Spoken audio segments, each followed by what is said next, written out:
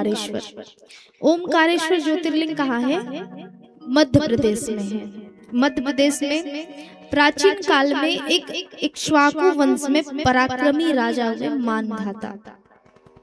मानधाता ने नदी किनारे, नर्मदा नदी के किनारे, नर्मदा नदी मध्य प्रदेश में सभी जानते हैं, उसी नदी के किनारे बैठ करके उसने तपस्या, तप किया, भगवान का ध्यान किया, शिव जी की आराधना की, शिव कृपा पाने के लिए खूब तप किया।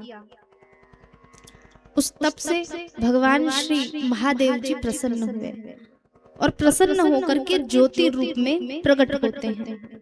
जैसे ही ज्योति रूप में प्रकट हुए, मानधाता की सारी मनोकामनाओं को भगवान ने पूरी की। तो ऋषिवर ने कहा, प्रभु आपने मुझे दर्शन देने मात्र, आप दर्शन के निमित्त प्रकटे हैं, मैं चाहता हूँ कि आप सदैव सदैव के लिए यहीं पर रह जाइए। और वो महादेव वहीं पर हो गए जिनका नाम पड़ा क्या? ओमकारेश्वर महादेव। बोले ओमकारेश्वर महादेव की। ऐसे ओमकारेश्वर शिवलिंग की उत्पत्ति हुई, जो 12 ज्योतिर्लिंग में एक ज्योतिर्लिंग है, ओमकारेश्वर महादेव।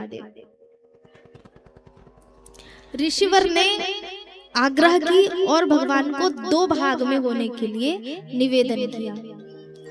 तो वो ओमकारेश्वर ज्योतिर्लिंग 2 भाग में बटे हैं, एक ओमकारेश्वर और दूसरा ममलेश्वर। ऐसी मान्यता है महाराज कि पूरे तीर्थ यात्रा आपने कर लिए, जितनी भी तीर्थ यात्राएं है ना, सब कर लिया आपने। अब सारी तीर्थ यात्रा करने के बाद यदि आप ममलेश्वर में जाकर के जल अर्पित नहीं करते हो तो आपकी तीर्थ यात्रा अधूरी है, ऐसा माना जाता है।